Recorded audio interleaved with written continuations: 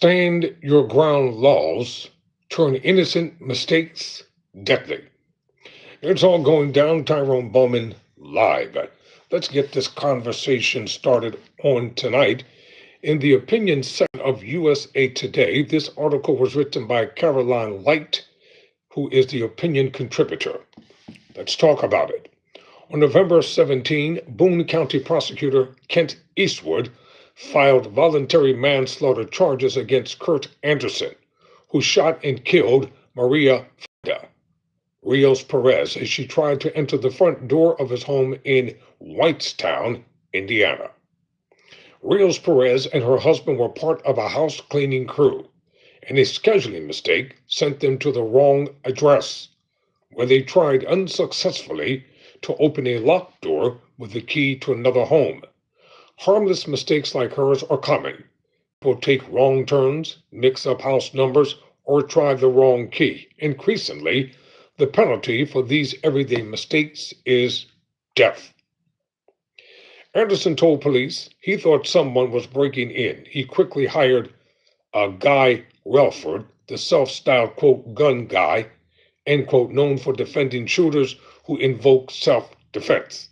His team is pointing to Indiana Code 35-41-3-2, better known as the Stand Your Ground Law, to justify Anderson's firing through his front door.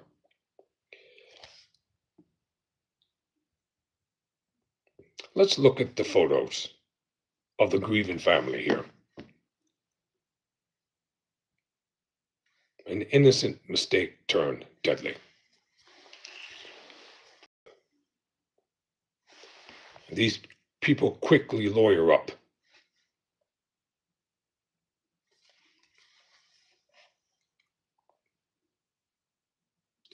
A grieving family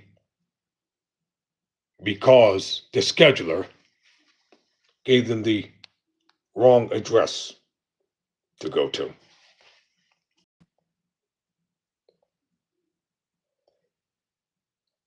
And this is the end result. Let me get back to this article. Since 2006, Indiana's law allows a person to use deadly force if they reasonably believe it necessary to prevent serious injury or an unlawful entry into their home. The statute eliminates what used to be a core part of American self-defense law, the duty to retreat when safety possible before resorting to lethal force. Indiana was among the first states to follow Florida, which in 2005 became the testing ground for stand your ground legislation. Remember the story of Trayvon Martin. That experiment launched that experiment. So the death of Trayvon Martin was an experiment. That experiment launched a national campaign to rewrite the rules of armed self-defense. Today, more than half of the states have adopted some version of Stand Your Ground. A coalition of corporate lobbyists, gun rights advocates, and conservative lawmakers drafted and promoted the laws. Their goal was to lower the legal and moral barriers to using guns in daily life to remove the legal consequences of armed self-defense. Except it doesn't work for Black people. When Black people invoke the Stand Your Ground law, they get charged with first-degree murder. But when it comes to white millionaires and the NRA who pay politicians to change laws to justify what they do, then it's acceptable. Supporters frame the laws as celebrations of individual liberty, but 20 years after the passage of the first Stand Your Ground law, the evidence tells another story. A 2022 national analysis found that states adopting these laws experienced significant increases in homicide.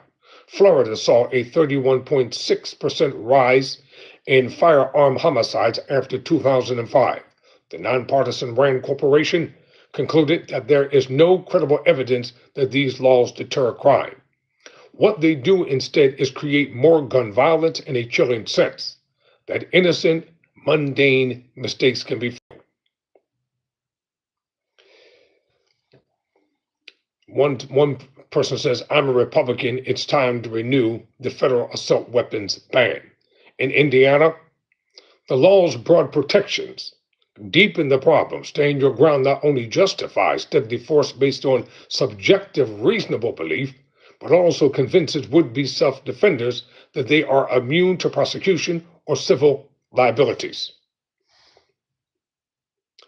Even when prosecutors bring charges, as in Rios Perez's case, the defense may argue that the shooter believed he was in real danger, that his perception of an imminent threat was reasonable. The consequence of this misconception is another innocent life stolen, another family left grieving a catastrophic loss.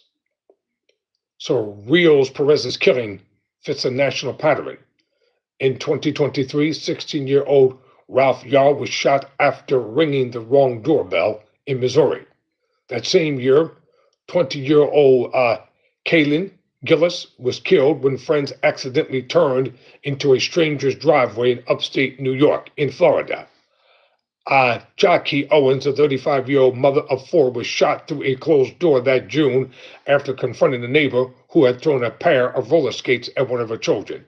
In each case, the shooter claimed to be in fear for their life. In each, stand your ground shape the narrative and the investigation. So, this is the photo of an Indiana homeowner accused of fatally shooting a house cleaner who went to the wrong house.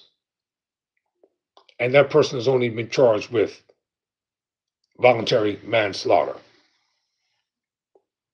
Here's the innocent woman who was shot dead.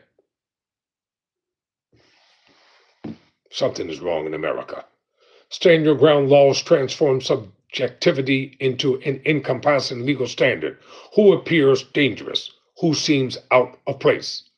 Rios Perez, a Guatemalan immigrant performing the kind of work that sustains countless American households, yet so often goes unseen, was misrecognized as a threat the moment she approached the wrong door.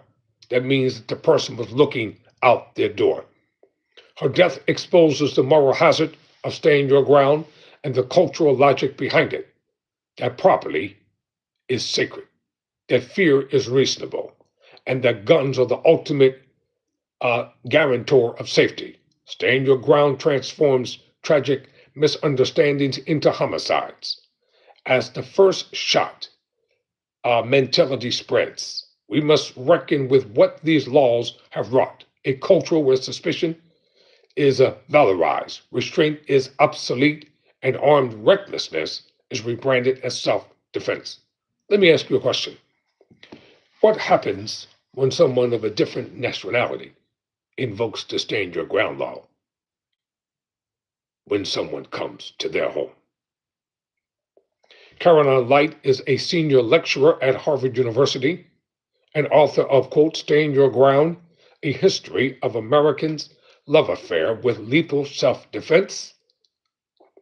And this column originally appeared in the Indy Star. Never surrender, never quit.